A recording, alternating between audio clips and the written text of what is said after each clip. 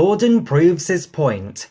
One day, Gordon reached the big station on the mainland to find the platform crowded, explained his driver. The station master came up. He asked. Gordon's driver laughed. He said, "The Fat Controller agreed at once, and then the station master rang the shed." He asked. "There's the high-speed train that came yesterday," they suggested.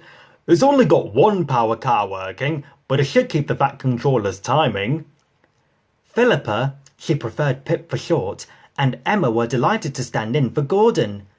Pip's cooling system was faulty, making her hot and bothered, but Emma didn't mind doing all the work. They felt honoured to visit the Fat Controller's railway. James, following a little later with a stopping train, was surprised when the signalman at the station beyond the works came up. "He said," remarked James. Said the signalman. James found the failed train about 2 miles in front. He pushed it to the next station and then got ready to pull.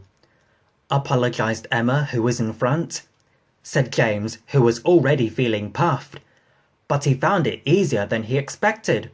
Once the train was moving, the coaches followed smoothly. As for the passengers, if they wondered about the extra stops, they didn't complain. "The Fat Controller met them," said James. Said the Fat Controller. The other engines were quiet at first, but they soon found the diesels friendly, and before long they were all laughing together. James was glad Gordon was away. He might, he thought, so easily have said something to upset them.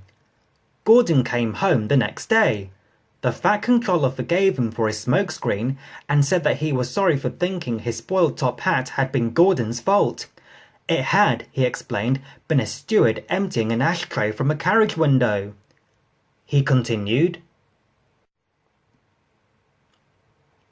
He paused and smiled. "Promised Gordon," said Gordon's driver as they backed towards the train. He did too. Douglas was waiting to pull Pip and Emma home when Gordon passed. Whistled Gordon proudly, and with a swish and a roar, he was gone. Pip and Emma watched enviously. Douglas chuckled. He said to himself,